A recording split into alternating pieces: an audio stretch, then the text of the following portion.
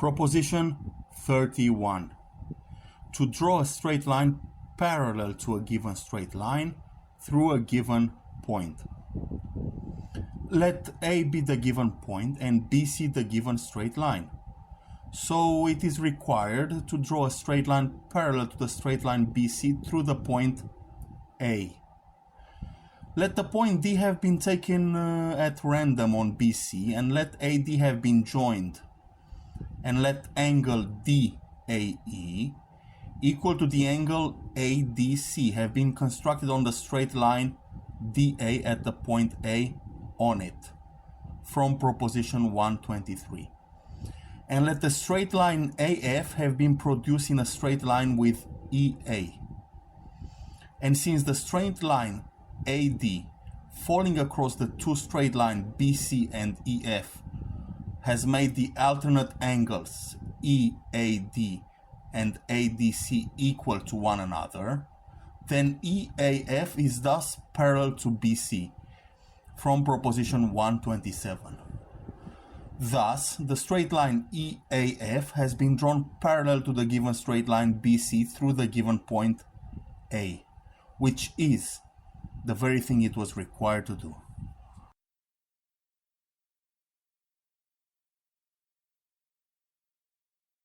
Proposition 32.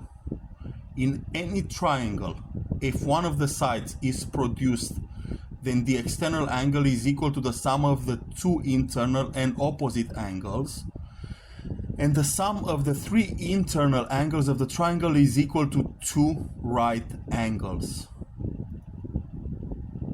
Let ABC be a triangle and let one of its sides BC have been produced to D. I say that the external angle ACD is equal to the sum of the two internal and opposite angles CAB and ABC, and the sum of the three internal angles of the triangles ABC, BCA and CAB is equal to two right angles. For let CE have been drawn through point C parallel to the straight line AB from proposition 131. And since AB is parallel to CE and AC has fallen across them, the alternate angles BAC and ACE are equal to one another from proposition 129. Again, since AB is parallel to CE and the straight line BD has fallen across them, the external angle ECD is equal to the internal and opposite angle ABC from proposition 129. But ACE was also shown to be equal to BAC. Thus, the whole angle ACD is equal to the sum of the two internal and opposite angles BAC and ABC. Let ACB have been added to both. Thus, the sum of ACD and ACB is equal to the sum of the three angles ABC, BCA and CAB. But the sum of ACD and ACB is equal to two right angles from proposition 113. Thus, the sum of ACB, CBA and CAB is also equal to two right angles. Thus, in any triangle, if one of the sides is produced, then the external angle is equal to the sum of the two internal and opposite angles, and the sum of the three internal angles of the triangle is equal to two right angles, which is the very thing it was required to show.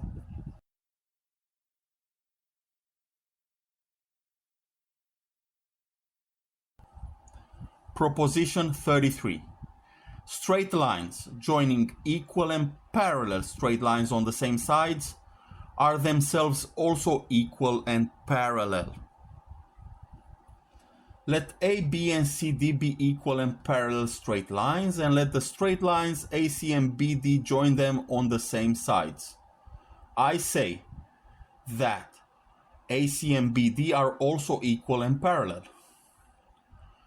Let BC have been joined, and since AB is parallel to CD and BC has fallen across them, the alternate angles ABC and BCD are equal to one another from proposition 129. And since AB is equal to CD and BC is common, the two straight lines AB, BC are equal to the two straight lines DC, CB. And the angle ABC is equal to the angle BCD. Thus, the base AC is equal to the base BD, and triangle ABC is equal to triangle DCB, and the remaining angles will be equal to the corresponding remaining angles subtended by the equal sides from proposition 1.4. Thus, angle ACB is equal to angle CBD. Also, since the straight line BC falling across the two straight lines AC and BD has made the alternate angles ACB and CBD equal to one another, AC is thus parallel to BD from proposition 127, and AC was also shown to be equal to BD. Thus, straight lines joining equal and parallel straight lines on the same sides are themselves also equal and parallel, which is the very thing it was required to show.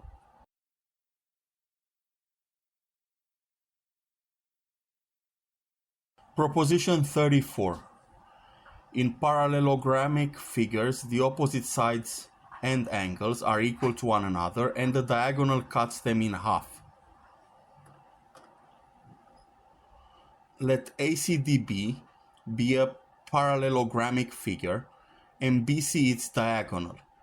I say that for parallelogram ACDB, the opposite sides and angles are equal to one another and the diagonal BC cuts it in half. For since AB is parallel to CD and the straight line BC has fallen across them, the alternate angles ABC and BCD are equal to one another from proposition 129. Again, since AC is parallel to BD and BC has fallen across them, the alternate angles ACB and CBD are equal to one another from proposition 129. So ABC and BCD are two triangles having the two angles ABC and BCA equal to the two angles BCD and CBD respectively, and one side equal to one side, the one by the equal angles and common to them, namely BC. Thus, they will also have the remaining sides equal to the corresponding remaining sides, and the remaining angle equal to the remaining angle from proposition 126. Thus, side AB is equal to CD and AC to BD. Furthermore, angle BAC is equal to CDB, and since angle ABC is equal to BCD and CBD to ACB, the whole angle ABD is thus equal to the whole angle ACD. And BAC was also shown to be equal to CDB.